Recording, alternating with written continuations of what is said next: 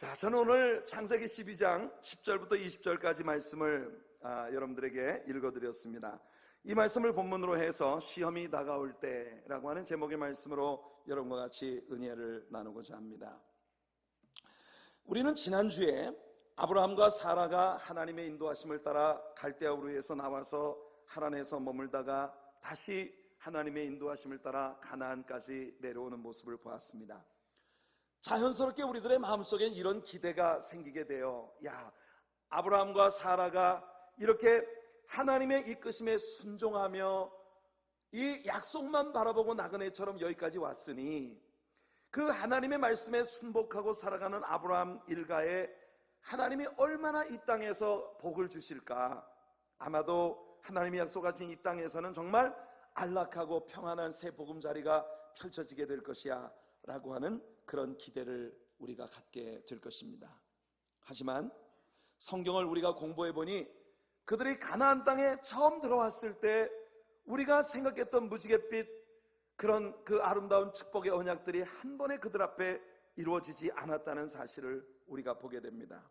오히려 그들이 먼 여행을 해서 워낙 자기들이 살던 갈대아 우르와는 비교조차 할 수 없는 이 초라한 광야에 들어왔는데 게다가 기근까지 닥쳐와서 당장 그들을 당황하게 만드는 이런 시험이 그들에게 덮쳐온 모습을 우리가 오늘 성경 본문에서 보고 있는 것입니다. 때때로 우리 하나님을 믿는 자녀들의 마음속에 구원받은 이후의 우리의 삶에 대하여 하나님 앞에 불만을 가지게 될 때가 있습니다. 내가 구원받은 하나님의 자녀가 되었고 열심히 말씀을 공부하고 예배하며 하나님의 뜻대로 순종하며 살아가길 원하는데 왜 믿는 나에게 이런 현실이 다가오지? 왜 구원받은 하나님의 자녀된 나의 삶에 여전히 믿음이 전혀 없는 사람처럼 그렇게 시험과 환난이 다가오는 거야? 아니, 어떨 땐 보면 믿음 없는 사람보다 하나님이 더 심하게 나를 다루시는 것 같은 그런 느낌을 갖게 될 때가 있다는 것입니다. 그럴 때 나는 왜 이와 같이 하나님의 사랑하는 자녀인데도 불구하고 시시때때로 시험에 빠져야 하는가, 이런 원망을 우리들의 마음속에 품을 때가 있다는 거죠. 인디아의 선교사로서 인디아 어린이의 영원한 영적 어머니라고 불리우는 선교사 에이미 카마이클이라고 하는 여자분이 있었습니다. 그분은 Candles in the Dark라고 하는 책에서 이런 말을 했어요. 때로 삶이 힘들어질 때도 있지요. 어떤 때는 대적들이 홍수처럼 밀려올 때도 있답니다. 하지만 그때야말로 우리의 믿음과 우리 입술의 찬양이 진짜라고 하는 것을 증명할 수 있는 기회가 아니겠습니까? 어떻게 생각하십니까? 여러분, 아직 시험을 통과하지 않은 믿음은 진짜 믿음이라고 신뢰하기 어렵습니다. 우리가 가진 믿음이 진짜 믿음인지는 시험을 당해봐야 증명되어질 수 있는 것이에요. 그래서 베드로는 그리스도인들이 받는 시험을 풀무의 정금을 연단하는 과정에 빗대어 이렇게 말하고 있습니다. 베드로전서 1장 7절입니다. 너희 믿음의 시련이 불로 연단해도 없어질 금보다 더 귀하여 예수 그리스도에 나타나실 때 칭찬과 영광과 존귀를 얻게 하려 함이라. 우리의 믿음이 진실로 예수님이 나타나실 때 칭찬과 영광과 존귀를 얻을 만한 값어치가 있는 것이 되게 하기 위하여 풀무에 연단해도 없어질 금보다도 더 정결하고 존귀한 믿음이 되게 하기 위하여 하나님께서 우리들에게 시련을 주신다고 베드로가 가르치고 있는 것이에요. 믿음의 사람 욥도 이 부분에 대하여 같은 생각을 가지고 있었습니다. 욥기 23장 10절에서 욥이 고백합니다. 나의 길 오직 그가 아시나니 나를 단련하신 후에 내가 정금같이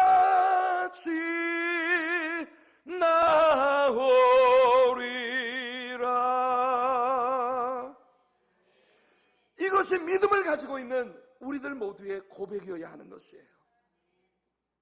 욥의 고백을 통해서 우리는 하나님께서 성도들에게 시험을 허락하시는 이유가 이 시험을 통해 그들의 믿음을 증명하는 것뿐만 아니라 그 시련들을 통해 그들의 믿음이 정금과 같이 단련되어지고 재련되어지는 정결한 것이 되게 만들어주시기 위한 하나님의 의도가 있다는 것을 배우게 되는 것입니다. 사실 우리가 가진 믿음의 정체에 대하여 하나님은 모르시는 것이 없으세요. 우리를 시험해보고 나서야 비로소 하나님이 우리 믿음을 아시는 것 절대 아닙니다.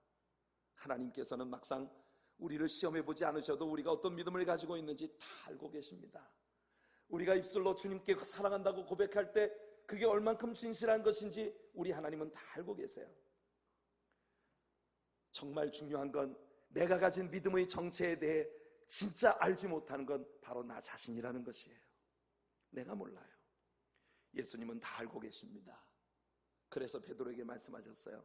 사탄이 밀가부로 듯이 너를 까부르려고 하나님께 너를 청구했다. 그런데 예수님 말씀하십니다. 내가 너를 위해 이미 하나님께 기도했으니 너는 돌이키고 난 후에 내 형제들을 굳게 하라 하십니다. 베드로는 억울했어요. 주님, 제 믿음을 그렇게 모르신단 말입니까? 아니, 내가 지난 시간들 동안 주님을 따르며 얼마나 충성을 했는데 아직도 나를 모르신단 말이에요. 모르는 건 예수님이 아니라 베드로 자신이에요. 베드로야, 네가 새벽닭이 울기 전에 나를 3번 부른다고 부인할 것이다. 새벽닭이 울었습니다. 새벽닭이 우는 순간 예수님이 베드로를 돌아보셨어요. 많은 사람들은 생각하기를 예수님께서 베드로를 쳐다보시면서 나쁜 놈, 네가 그럴 수가 있어, 너 정말 그럴 줄 몰랐어, 이런 마음을 가지셨을 거라는 생각을 하시는 것 같아요. 절대 아닙니다. 예수님은 알고 계셨어요. 그리고 베드로가 회개한 후에 초대교회를 세우는 기둥 같은 하나님의 일꾼이 되어 모든 형제들을 굳게 하는 그런 하나님의 사람이 될 것까지 알고 계셨는데요, 몰랐던 건 베드로예요. 닭 우는 소리를 듣는 순간 처절하게, 세상에 내가 이런 존재밖에 안 됐어, 내 믿음이 이 정도밖에 안 됐던 거야. 베드로를 바라보시는 예수님의 눈빛은 그를 향해 말씀하셨을 겁니다. Hey Peter, don't worry, I knew it. See, I told you. 내가 벌써 너한테 말했잖아. 정말 자신에 대해서 모르는 건 우리 자신이에요.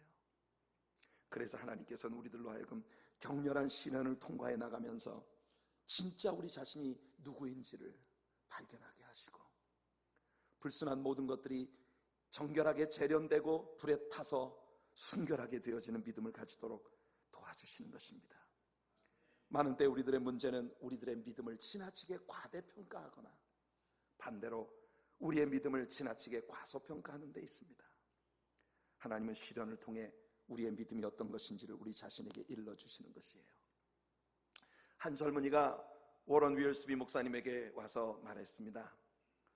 목사님, 저는 제가 구원을 받은 날이 내 삶에서 모든 고통이 완전히 끝나는 날이라고 생각했습니다.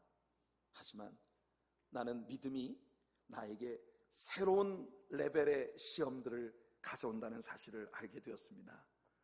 그리고 웃으면서 윌스비에게 얘기했습니다.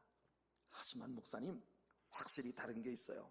2가지가 다른데요, 첫째는 모든 시험들을 통과할 때 주께서 항상 나와 함께 하시기 때문에 결코 나 혼자 고독하고 힘겹게 이 일을 당하는 게 아니라고 하는 것을 제가 확실히 안다는 것이고요, 둘째는 나에게 다가온 이 모든 어려운 일들이 결국은 나의 선과 하나님의 영광을 위해 하나님께서 나에게 허락하셨다는 것을 안다는 것입니다. 영광스러운 일이지 않습니까? 여러분들에게도 이 믿음이 있게 되기를 예수님 이름으로 축복해 드립니다. 자, 이제 믿는 신자에게 왜 시련이 다가와야만 하는가 하는 이런 시각으로 우리 믿음의 조상 아브라함에게 온 본문의 사건들을 분석해 보도록 합시다. 우리는 지난 주일 말씀에서 아브라함의 믿음의 위대한 면모를 보았습니다. 그가 하나님의 명령을 받고 그 본향을 떠나서 갈 바를 알지 못하고 나그네와 같이 그 생을 떠날 때 그는 참으로 훌륭한 믿음의 승리를 했던 것이에요. 그러나 시험은 위대한 믿음의 승리의 곧바로 뒤따라왔다는 점을 우리는 놓쳐서는 안 됩니다. 시험은 언제나 우리가 감동에 흥분할 때 그때 다가옵니다. 이 법칙은 이스라엘의 역사를 통해 우리들에게 아주 잘 증명되었습니다. 이스라엘이 애굽에서 막 나올 때 바로 왕의 그런 위협에도 불구하고 10가지 하나님의 재앙을 인하여 애굽 사람들이 이스라엘 사람들을 곱게 놓아줄 뿐 아니라 많은 재산들을 그에게 보상으로 주어 의기양양하게 애굽에서 출애굽의 제사장의 나팔 소리와 함께 그들은 떠나왔던 것이에요. 그러나 애굽에서 구원된 그 감격에 기쁨이 채 가시기도 전에 그들은 여러분 홍해바다 앞에 당도하여 믹돌과 비하이롯 그 협곡에서 오도 가도 못하는 채 갇혀버린데 그 뒤를 바로의 군대가 추격해 오고 있다는 이 기막힌 사실을 보게 되었던 것이에요. 그러나 우리 하나님께서 홍해를 가르시고 그들을 육지같이 건너게 하셨습니다. 홍해에서의 크게 승리한 놀라운 영광이 있은 직후에 그들은 또 다른 시험을 통과하게 됩니다. 물 없는 광야의 시험입니다. 그러나 그 물 없는 광야의 시험에서 그들이 승리했을 때 그들에게 또 다른 시험이 다가옵니다. 바로 배고픔입니다. 그 배고픔을 하나님께서 만나로 해결해 주셨을 때 그들은 더 엄청난 시험을 만났습니다. 아말렉 군사들이 그들을 공격해 온 것이었습니다. 여러분, 믿음의 삶에 있어서 가장 큰 적은 교만입니다. 우리가 어떤 성취감에 도취되어 이만하면 난 괜찮은 사람이야 라고 생각하게 되면 곧바로 우리들의 마음에 교만이 찾아오는 것이에요. 우리는 종종 이런 생각을 합니다. 이젠 자신이 있어. 내가 이런 어려움까지 다 통과했는데 이제는 어떤 적을 만나도 나는 자신이 있어. 난 잘할 수 있어. 그때부터 우리는 지난날의 자신의 경험과 지적 성장을 과신하면서 그것들을 과시하기 시작하는 것이에요. 그렇게 되면 자신에게 다가오는 모든 일들을 오직 자기 자랑을 위해서 하는 사람이 되어버리는 것입니다. 하나님께 대한 의식이 없이 자신의 계략으로 모든 것을 결정하는 그런 위험한 사람이 되기 시작하는 것이죠. 그래서 바울 사도는 고린도 교인들에게 말했습니다. 그런즉 선줄로 생각하는 자는 넘어질까 조심하라.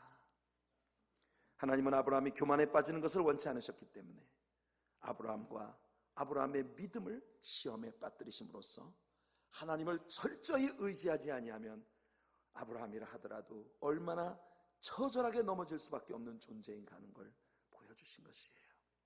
오늘 여러분들이 믿음 안에서 어떤 모종의 승리를 경험하고 계시다면, 그리고 그 승리의 환희와 감격에 도취되어 계시다면 여러분 기대하십시오. 대적이 여러분을 공격해 오든지 아니면 하나님께서 여러분들을 시험 속에 집어넣으시든지 아니면 둘 다 한꺼번에 닥쳐오든지 기대하십시오. 그러나 잊지 마세요. 여러분들에게 다가오는 이런 거친 환경들을 통해 하나님께서는 우리 믿음의 근육이 붙게 하시는 것입니다. 피트니스를 통해서 몸에 근육이 붙는 것처럼 우리는 시련의 환경을 통과하면서 믿음의 근육을 가지는 그런 영적인 거룩함의 경건의 연습에 성공한 자녀들이 되어가는 것이에요. 하나님이 아브라함에게 기근을 허락하셨을 때 이제까지 하나님의 명령을 믿고 순종하며 따라오던 아브라함답지 않게 하나님께 아무런 고려도 없이, 하나님께 대한 아무런 고려도 없이 즉시 애굽으로 이주를 하는 아브라함의 모습을 우리는 여기에서 봅니다. 여러분, 우리는 어느 날 아브라함이 장막문을 열고 고민에 빠진 모습을 연상해 볼 수 있습니다. 장막문을 열고 밖을 내다보며 아브라함이 아내 사라에게 이렇게 말합니다. 사라, 큰일인데 가뭄이 너무 오랫동안 계속되고 있어요. 우리 양들이 굶어 죽을 것 같아. 어떡하지? 사라, 보세요. 사람들이 지금 다 애굽으로 내려가고 있어. 우리도 따라가야 되지 않을까? 여러분, 여기서 우리가 한 가지 주목할 일은 이 일들에 대하여 아브라함이 왜 하나님께 묻지 않느냐는 것입니다. 이 일에서 아브라함은 하나님보다 사람들을 더 바라보았어요. 환경을 더 바라보았어요. 모든 사람들이 애굽으로 이주하고 있다 하더라도 아직 하나님은 아브라함에게 떠나라 하지 않으신 것입니다.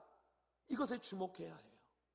온 세상의 머저리티가, 이 세상의 대다수의 사람들이 어떤 일을 당연히 받아들일 수밖에 없는 새로운 트렌드라고 한다 하더라도 하나님의 말씀이 이것이 아니라고 말하면 우리는 아닌 사람들이 되어야 합니다. 아무리 많은 사람들이 거기에 동의한다 하더라도 죄는 죄입니다. 많은 사람들이 좋아하고 많은 사람들이 참여하고 많은 사람들이 함께 가니까 하나님의 말씀이 그것을 죄라고 하였더라도 이것은 이 시대의 트렌드이기 때문에 안전하다고 생각하는 것은 대단히 위험한 일이에요. 오늘날 미국 안에서 되어지는 모든 일들에 우리가 그런 관점으로 모든 것을 보아야 한다는 것입니다. 여러분, 사람들이 어떻게 하든 사람들이 어디로 달려가든 언제나 하나님께 묻고 하나님 말씀에 집중하는 저와 여러분들이 되길 예수님 이름으로 축복해 드립니다.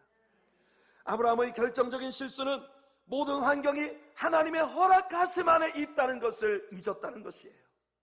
그래서 아브라함은 시험에 다가왔을 때 그 시험을 피해서 빨리 다른 곳으로 도망치고자 하는 생각부터 하고 있었다는 것입니다. 여러분 잊지 마세요.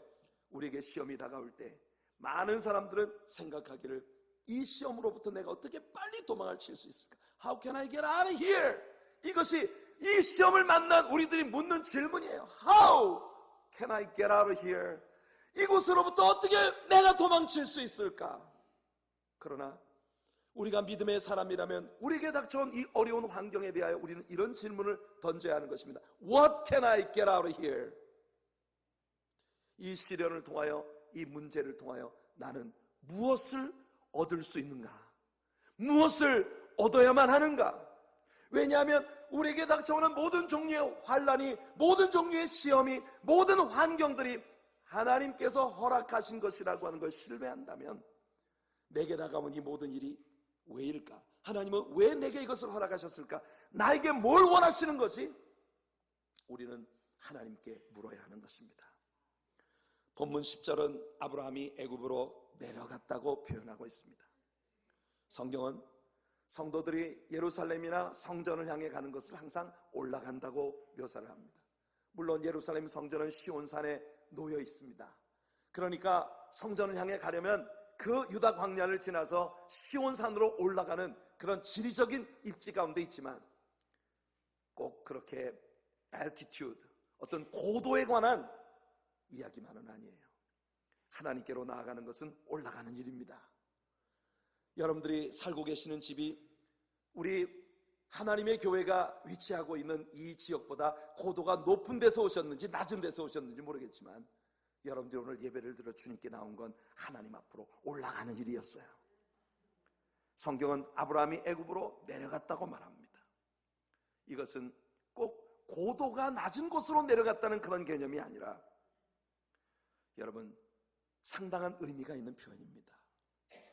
이스라엘은 하나님의 축복의 상속을 의미하는 나라이고 애굽은 세상과 또한 죄의 결박을 상징하는 나라입니다.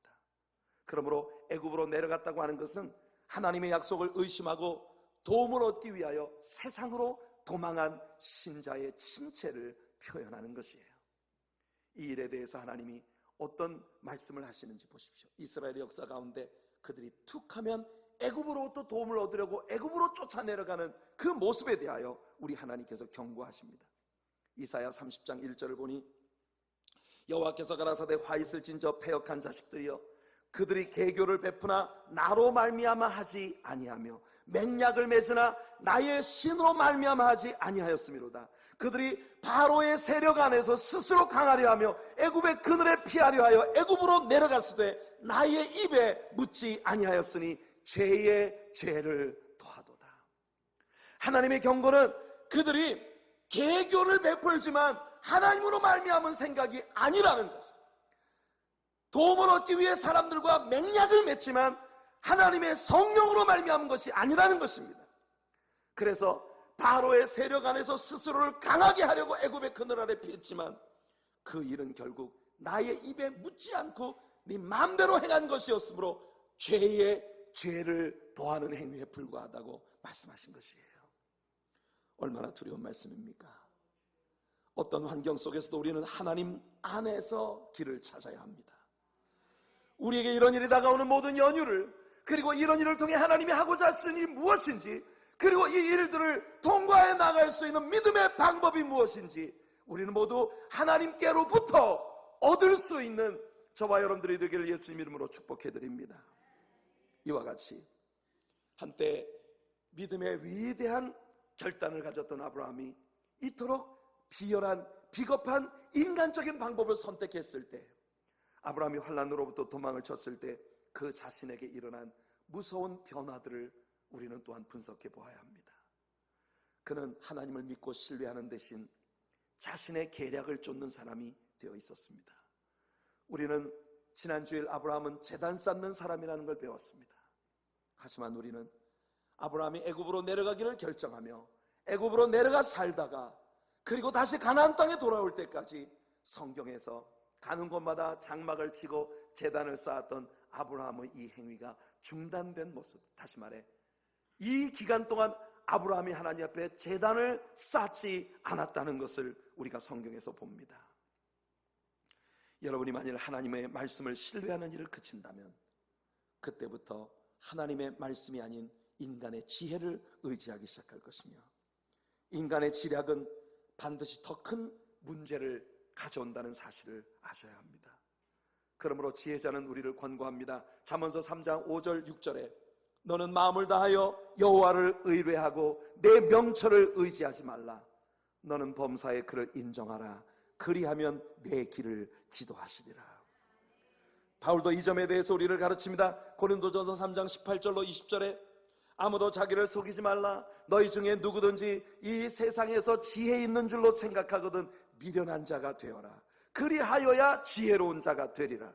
이 세상 지혜는 하나님께 미련한 것이니 기록된 바 지혜 있는 자들로 하여금 자기 괴율에 빠지게 하시느니라 하였고, 또 주께서 지혜 있는 자들의 생각을 헛것으로 아신다 하셨느니라. 하나님께 묻지 않고 하나님께 도움을 구하지 않고 하나님의 카운슬이 없이 오직 자신의 지략만을 가지고 움직이는 사람은 계략을 꾸미지만 하나님께로부터 온 것이 아니기 때문에 가면 갈수록 문제를 더 심화시키는 그런 모습을 보게 되는 것이에요. 아브라함이 꾸민 계략이 얼마나 어처구니 없는 일이었는지 보십시오. 아브라함은 자기 아내를 누이라고 속였습니다. 여러분, 아브라함이 자기 아내를 누이라고 속인 것은 반쪽 진리예요. 반은 진실이었거든요. 그러나 분명히 아니잖아요. 아브라함은 아마도 이 거짓말을 자주 사용했던 것 같아요. 거의 습관이었던 것 같습니다. 왜냐하면요, 창세기 20장 12절과 13절 말씀을 보니까 이렇게 말하고 있습니다. 또 그는 실로 나의 이복 누이로서 내 처가 되었음이니라. 하나님이 나로 내 아비 집을 떠나 두루 다니게 하실 때에 내가 아내에게 말하기를 이후로 우리의 가는 곳마다 그대는 나를 그대의 오라비라 하라. 이것이 그대가 내게 베풀 은혜라 하였었노라. 아브라함의 거짓말은 뿌리가 굉장히 깊었어요. 그 아비 집을 떠날 때부터 이 거짓말이 이미 시작이 되었고, 이 애굽왕 바로에게 이 거짓말을 한 것으로 끝나는 게 아니라 나중에 또 그랄 왕에게 이 아브라함이 똑같은 실수를 또 저지르게 되는 모습을 봅니다. 여러분 기억하세요. 반쪽 진리는 완전한 비진리보다 위험합니다. 우리가 반만 진리 가운데 거하는 것은요, 완전한 비진리 가운데 거하는 것보다 위험한 일이에요. 왜냐하면 적어도 내가 반쪽은 진리에 걸쳐 있기 때문에 내가 진리에 속했다고 믿고 있는 것이에요. 그러나 반이 비진리라면 그것은 비진리입니다. 더 나쁜 것은 아브라함의 아들 이삭이 아버지에게서 이것을 배웠는지 이삭에게도 똑같은 일이 또 나타났다는 거예요. 이삭 역시도 그날 왕 아비멜렉에게 아버지와 똑같은 거짓말을 해서 아비멜렉을 속이는 모습을 봅니다. 성도 여러분, 참 유전자라는 건 무서워요. 여러분들 제 아들 부부가 여기 왔을 때 보셨잖아요. 제 아들은 거의 붕어빵입니다. 생긴 것만 저하고 똑같은 게 아니라 그 녀석에게서 저는 정말 너무나 많은 때 제 모습을 봐요. 좋은 것은 목사로서 정말 제가 가지고 있는 아름다움이라고 생각하는 것이 그 녀석에서 나타날 때 저는 너무 행복합니다. 역시 넌 내 아들이야. 그런데 참 많은 때 불행히도 내가 치명적인 약점이라고 생각하는 나의 허물들이 그 녀석에서 나타나는 걸 볼 때가 있어요. 얼마나 미안한지 몰라요. 미안하다 아들아, 별로 좋지 않은 걸로 한테 물려줬구나 내가. 여러분, 아브라함에게 또 한 가지 무서운 일은 그가 확신의 사람으로부터 두려움과 공포의 사람으로 변화되어 있다는 것입니다. 여러분, 믿음 안에 거하는 한 여러분들은 어느 것도 두려워할 필요가 없어요. 이사야 12장 2절과 3절이 말합니다. 보라, 하나님은 나의 구원이시라. 내가 의뢰하고 두려움이 없으리니 주 여호와는 나의 힘이시며 나의 노래시며 나의 구원이심이라. 그러므로 너희가 기쁨으로 구원의 우물들에서 물을 기르리로다. 우리가 주님을 의뢰하면 두려움이 없어지는 것이에요. 우리의 삶의 모든 국면들 가운데 기쁨의 우물들로부터 물을 깃게 되는 우리가 될 줄로 믿습니다. 믿음과 두려움은 한 자리에 있을 수가 없어요. 믿음이 충만하면 두려움은 떠나가고, 내 마음에 두려움이 꽉 차 있다는 것은 믿음이 없다는 것을 보여주는 것입니다. 염려하십니까, 여러분? 만일 여러분들이 염려하신다면 이 시간 하나님을 완전히 믿지 못하고 있다는 의미라는 걸 기억하셔야 합니다. 지난주에 우리가 배웠던 창세기 12장 1절로 3절까지 말씀을 뉴 킹 제임스 버전에서 보시면 I will, 하나님께서 아브라함에게 내가 이렇게 하리라고 하는 언약들을 매 구절마다 반복하고 계시다는 걸 여러분 보시게 될 거예요. I will show you, I will make of you a great nation, I will bless you, I will make your name great, I will bless them that bless you. 하나님께서 아브라함의 삶과 연관된 모든 것에 I will, I will, I will, 내가 할게, 내가 할게. 아브라함과 사라가 믿음으로 주님을 따를 때 그들에게 되어지는 모든 일들은 그들이 하는 일이 아니라 하나님께서 행하시는 일이라고 하는 걸 하나님이 선포하신 것입니다.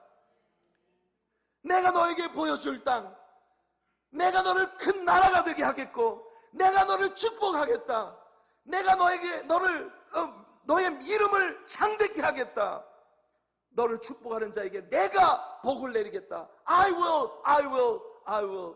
믿고 따르면 모든 것이 내가 하는 것이라고 하는 하나님의 언약을 받고 아브라함은 떠났던 사람입니다. 그러나 오늘 본문 12절을 보세요.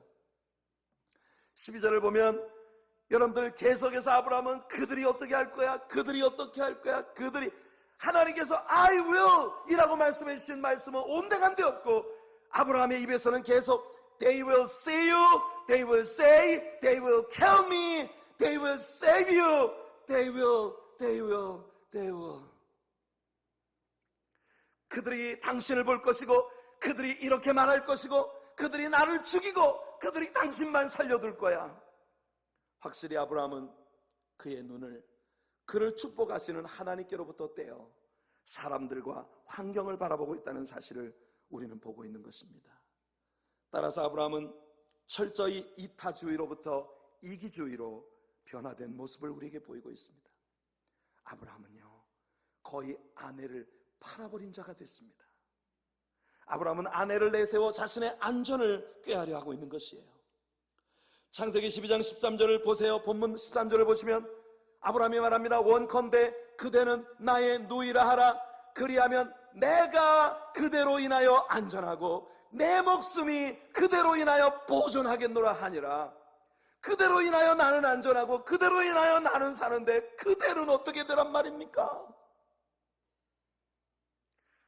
성도 여러분, 아브라함은 당연히 아내를 먼저 생각해야 했습니다. 그것이 크리스천들의 삶의 원리예요. 베드로를 통해 우리 주님은 말씀하십니다. 베드로전서 3장 7절이에요. 남편된 여러분들 특별히 잘 들으시기 바랍니다. 남편된 자들아, 이와 같이 지식을 따라 너희 아내와 동거하고 저는 더 연약한 그릇이요 또 생명의 은혜를 유업으로 함께 받을 자로 알아 귀히 여기라. 이는 너희 기도가 막히지 아니하게 하려 함이라. 남성 여러분들, 주님은 말씀하십니다. 남편 된 자들아, 지식을 따라 너희 아내와 동거해라. 남편이 아내와 함께 사는 일은 지식이 필요한 일이에요. 그냥 되어지는 일이 아니에요. 그러니까 우리 남성들은 자기 아내에 대해서 끝없이 연구해야 합니다. 끝없이 연구해야 돼요. 저는 지금 35년째 제 아내와 함께 살고 있는데 아직도 그녀에게서 제가 아직 발견하지 못한 게 너무 많은 것 같아요.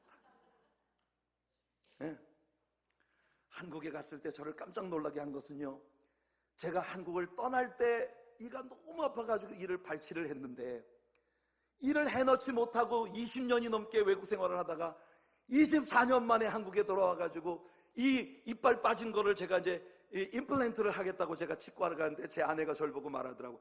당신 이가 없었어요 하나?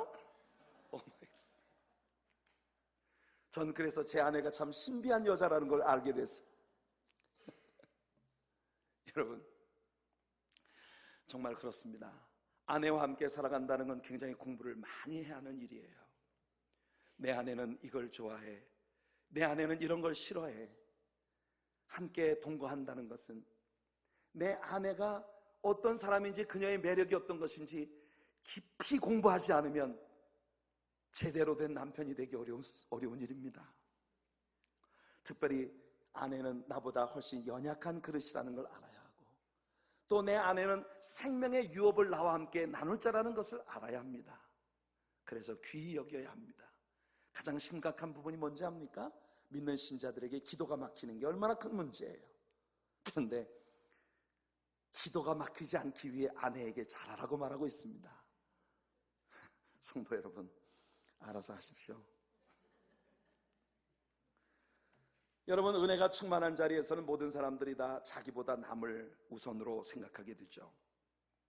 은혜가 떨어지면 제일 먼저 나타나는 것이 뭐냐면 철저히 이기적인 사람이 되어 남을 희생시켜 내 유익을 추구하려는 그런 생각을 갖게 된다는 거예요. 내가 즐거워하기 위해 남을 희생시키고, 내가 웃기 위해 남을 짓밟고, 내 마음이 편하기 위해서 남의 마음을 심하게 아프게 하는 그런 일들을 하는 것은 철저히 이기적인 일이에요.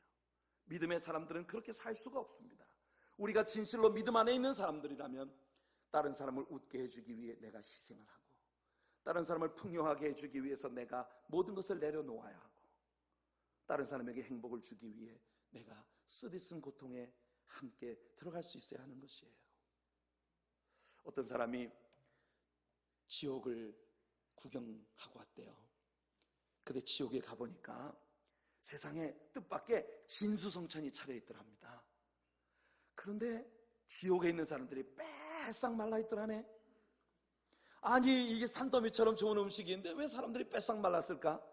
알고 보니까요, 숟가락이 너무 길어서 음식은 많은데 이걸 먹을 수가 없더라는 거예요. 지옥에서는 룰이 있었던 모양이라 이게 숟가락이 아니고 절대 손으로 집어먹으면 안 된다는. 아이고, 여러분, 혹시 이 이야기 위해 교리를 쌓으려고 하지 마십시오. 이건 그냥 하는 소리입니다. 그래서 빼싹 말라가고 있더래. 근데 이 사람이 또 천국을 갔대요. 천국 가서 보니까 천국에도 만반진수가 차려있는데 거기도 숟가락이 길더라는 거예요. 그런데 천국에 있는 사람들은 전부 포동포동 살이 쪘더라네. 예, 그러니까 저 같은 사람이 들어가기에 딱 it fits. 여러분, 그래서 이게 연유가 뭔가 보니 그 긴 숟가락으로 서로에게 포맥을 주니까 자기도 포동포동, 남도 포동포동 행복하더라는 거죠. 천국과 지옥이 되는 것은 종이 한 장 차이인 것 같습니다. 우리 하나님의 교회는 천국 같은, 땅 위에 있는 천국 같은 곳이 되길 소원합니다. 우리들 모두가 다른 사람의 행복을 위하여, 다른 사람의 안전을 위하여, 다른 사람의 은혜를 위하여 우리 자신을 희생시킬 수 있는 마음을 갖는다면 여기가 바로 천국이에요. 아멘. 하나님께서 우리들에게 그런 은혜를 주시길 바라고, 여러분의 가정이 또한 천국이 되시기를 축복합니다. 자, 여기 가장 무서운 변화가 있어요. 뭡니까? 지난 주일에 우리는 아브라함이 축복의 근원이 되었다고 배웠습니다. 그는 실로 축복을 끼치는 사람이었어요. 하지만 지금은 다른 사람에게 재앙을 몰고 오는 사람이 되어 있는 모습을 봅니다. 17절을 보세요. 여호와께서 아브라함의 아내 사레의 연고로 바로와 그 집에 큰 재앙을 내리신지라. 복의 근원이 되리라는 약속을 받은 사람이 지금은 재앙의 근원이 되어 있는 모습을 봅니다.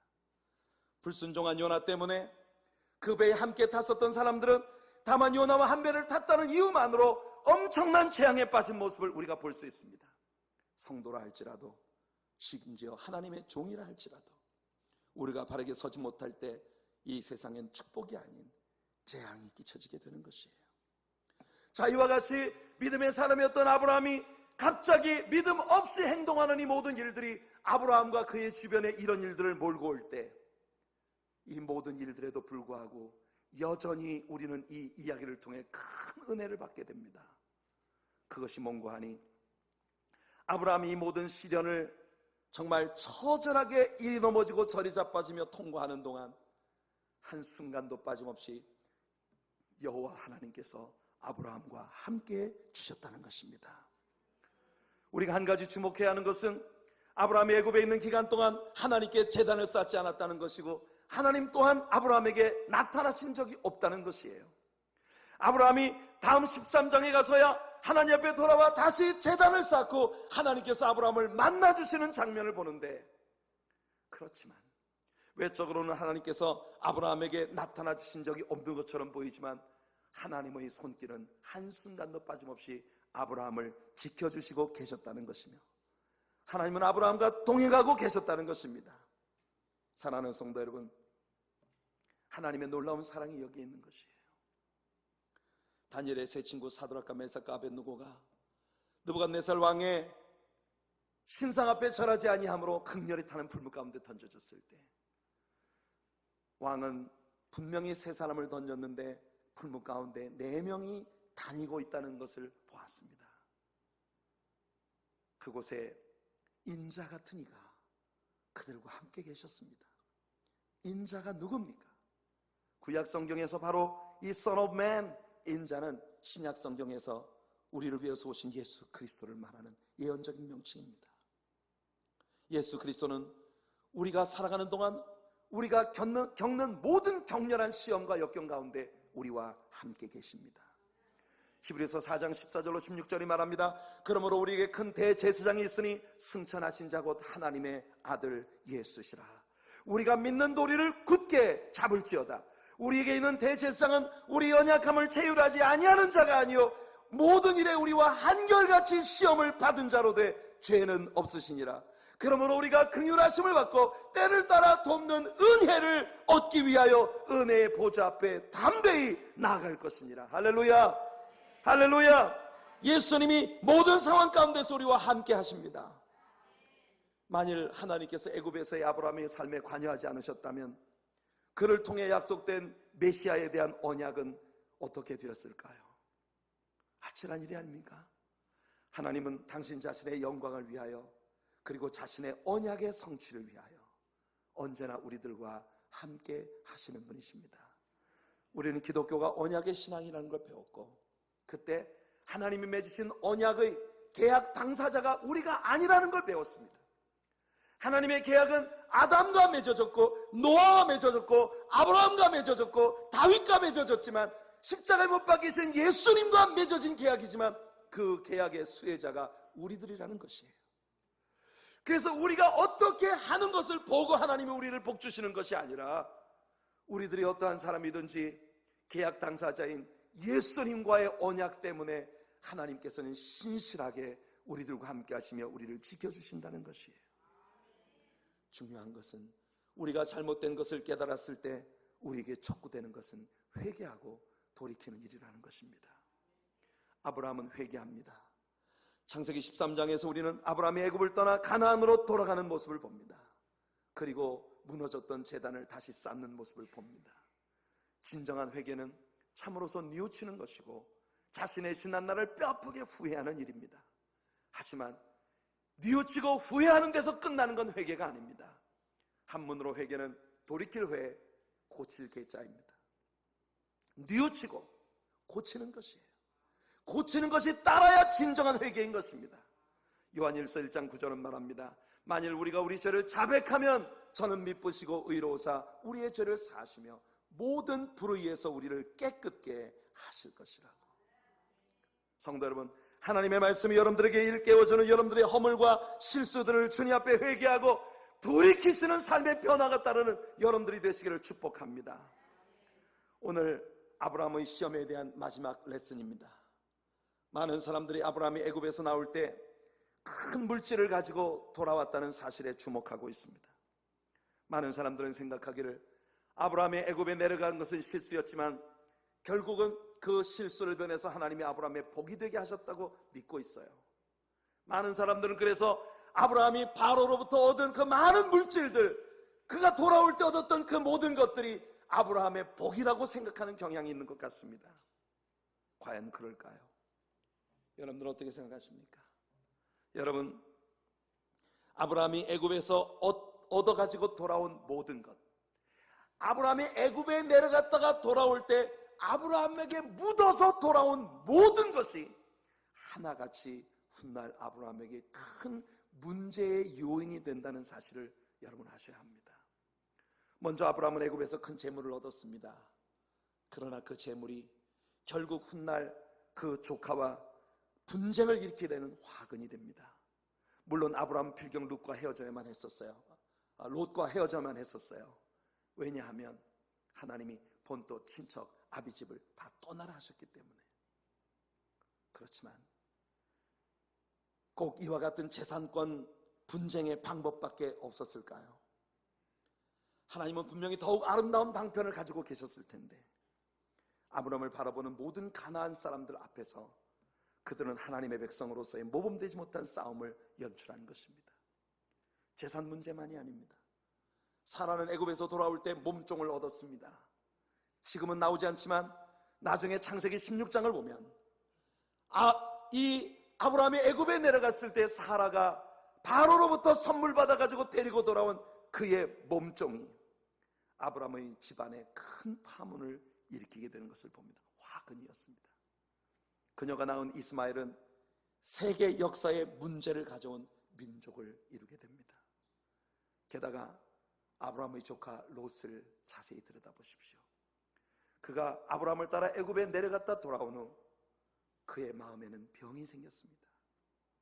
롯은 기회만 있으면 애굽 땅과 가장 유사한 곳으로 가려는 마음을 갖게 된 것이에요. 아브라함은 믿음으로 하나님과 교제하는 사람이었지만 아브라함을 다만 따라오던 롯이라고 하는 사람은 애굽 땅에 갔다가 돌아올 때 애굽이 가지고 있었던 물질적 영화와 세속적이고 정욕적이고 마귀적인 우상 숭배와 결부되어진 온갖 음란하고 더러운 애굽의 문화와 쾌락에 길들여진 채 돌아오게 된 것이에요. 결국 롯으로 하여금 아브라함을 떠나서 어떤 곳으로 개인적인 결정을 가지고 갈 수 있는 기회가 주어졌을 때 롯이 선택한 곳은 최대한 애굽과 유사한 곳을 선택했고 대신 그곳이 하나님의 동산과도 같다는 익스큐즈와 함께 그가 선택한 곳은 바로 소돔성인 것입니다. 롯은 소돔을 향해 천막을 쳤고 점점 소돔을 향해 가까이 가다가 마침내 소돔성에 들어가 살 뿐 아니라 어느 날 보니 롯은 소돔 성문에 앉아 있습니다. 고대 사회에서 누군가 성문에 앉아 있다는 건 그 도시의 장로나 유사들, 그 도시의 주인 노릇을 하는 자들이라는 뜻인데 어느덧 롯은 그 죄악된 소돔성의 주인 노릇을 하는 자리에 들어가 있는 것이에요. 보십시오. 아브라함이 애굽에서 많은 물질과 많은 것을 얻어가지고 돌아왔지만 아브라함이 애굽에서 얻어가지고 돌아온 것은 하나같이 그의 삶에 큰 문제를 일으키는 화근이 되었습니다. 하나님의 축복은 전혀 실수가 없는 완전한 것입니다. 하나님의 축복은 시간이 지날수록 더 찬란하게 빛나는 것일 거예요. 처음엔 축복처럼 보이다가 훗날에는 빛을 발하고 화근으로 전락하는 그런 것은 하나님의 복이라 말할 수 없습니다. 성도 여러분, 올바른 시각을 가지고 성경을 보시기를 바랍니다. 그럼에도 불구하고 이 시험으로 인하여 아브라함은 확실히 한 가지 영적 성숙을 얻은 건 틀림없는 것 같습니다. 훗날 아브라함이 가나안 전쟁에서 조카 롯을 구출해 가지고 돌아올 때에 집에서 길리운 개인 병사들 318명을 거느리고 야밤에 가나안 요단강 동편의 4개국 연합군대를 물리치고 그 모든 빼앗겼던 재물들과 조카 롯을 구출해서 돌아오는 모습을 봅니다. 그때 아브라함은 소돔 왕 베라를 만납니다. 소돔 왕 베라가 아브라함에게 나와서 말합니다. 창세기 14장 21절 이하의 말씀이에요. 소돔 왕이 아브라함에게 이르되 사람은 내게 보내고 물품은 네가 가져라. 아브라함이 소돔 왕에게 이르되 천지의 주제시여 지극히 높으신 하나님 여호와께 내가 손을 들어 맹세하노니 내 말이 내가 아브라함으로 치붙게 하였다 할까 하여 내게 속한 것은 무릇 한 실이나 신들매라도 내가 취하지 아니하리라. 여러분, 이 말씀을 통하여 우리는 적어도 애굽 땅에 내려갔다가 돌아온 이후 아브라함에게 벌어진 모든 일들을 통하여 아브라함은 큰 교훈을 얻었다는 사실을 배우게 되는 것이에요. 아브라함은 소돔 왕이 사람들은 내 백성이니 내게로 돌리키고 재물은 내가 너한테 줄게, 너 다 가져. 그러나 아브라함은 말합니다. 내가 분명히 하나님의 축복으로 큰 부자가 될 텐데 그날에 네가 동네방네 다니며 아브라함 저거 내가 부자 만들어줬잖아, 너 그렇게 말하고도 남을 놈이구나. 그래서 내가 너한테서는 실 한 톨이나 신발끈 하나도 가져가지 않겠어. 그리고 모든 재물을 소돔 왕에게 다 줘서 돌려보냅니다. 성도 여러분, 아브라함은 시험을 통과하며 얻어야만 할 영적인 성숙을 얻은 것이에요. 이것이 하나님의 선물이고 이것이 하나님의 축복인 것입니다. 그래서 야고보는 형제들아 너희가 여러 가지 시험을 만나거든 온전히 기쁘게 여겨라 하시는 것입니다. 지금 힘든 시간을 보내고 계신가요? 눈을 주님께로 돌리십시오. 그리고 기뻐하십시오. 그분이 여러분과 함께 여러분이 놓여있는 그곳을 함께 지나가고 계십니다. 문제로부터 도망을 치려 하지 마십시오. 하나님을 부르십시오. 그분을 바라보십시오. 여러분은 정금같이 될 것이며 이 일들을 인하여 하나님께 큰 영광을 돌리는 성숙한 믿음의 사람들이 되어 있는 모습을 보게 되실 것입니다. 할렐루야.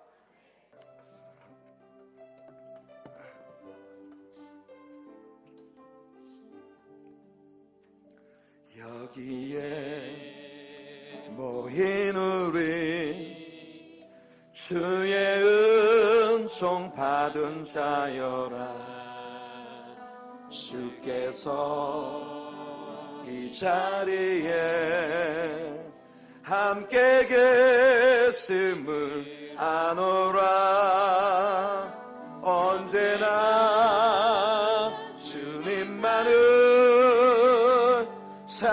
찬양하며 따라가리니 시험을 당할 때도 함께 계심을 믿노라. 이 믿음도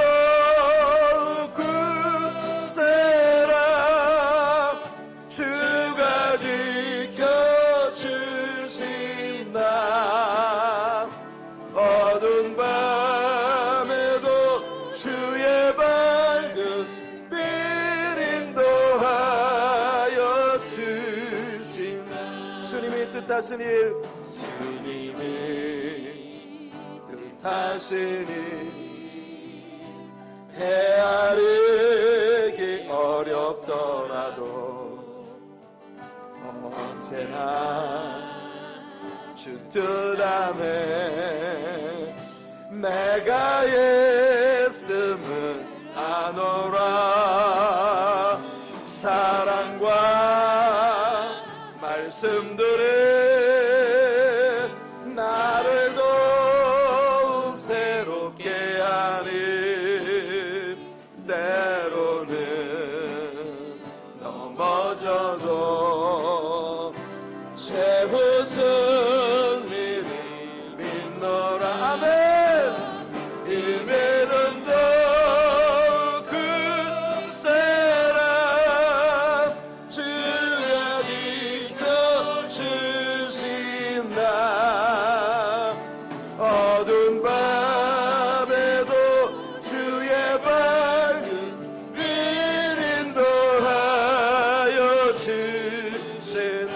여기에 모이노니 여기에 모이노니 사랑받는 주의 자녀라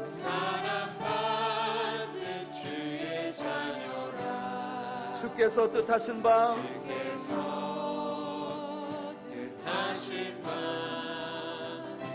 우리를 통해 펼치신다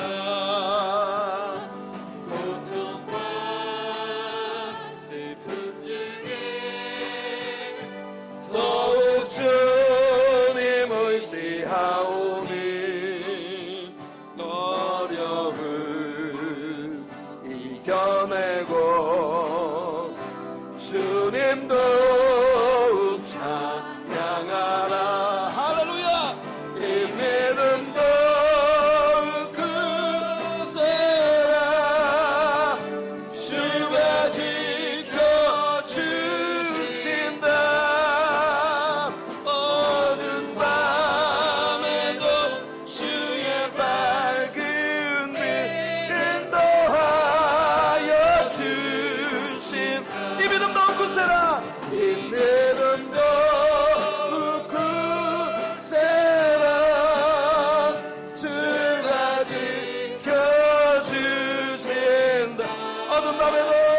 어두운 밤에도 주의 밝은 빛 인도하 우리 한 번만 더 하겠습니다. 이 믿음 넣고 살아 이 믿음 더욱 굳세라 주가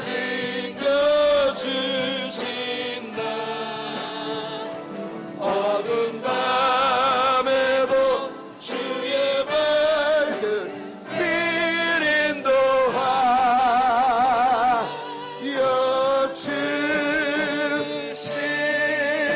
주신다.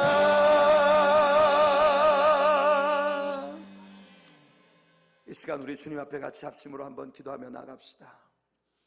우리가 살아가는 삶의 모든 환경들 가운데 우리에게 벌어지는 모든 일들 속에 주님의 뜻이 있습니다. 주님이 뜻하신 그 모든 일들을 지금은 헤아리기 어렵더라도 언제나 주님 뜻 안에 우리가 있고 그 모든 것들 속에 주님이 우리와 함께 계시기에 굳센 믿음을 가지고 어두운 밤에도 밝은 빛으로 인도하시는 주님을 믿음으로 바라보며 나아가는 우리들 모두가 되기를 소원합니다.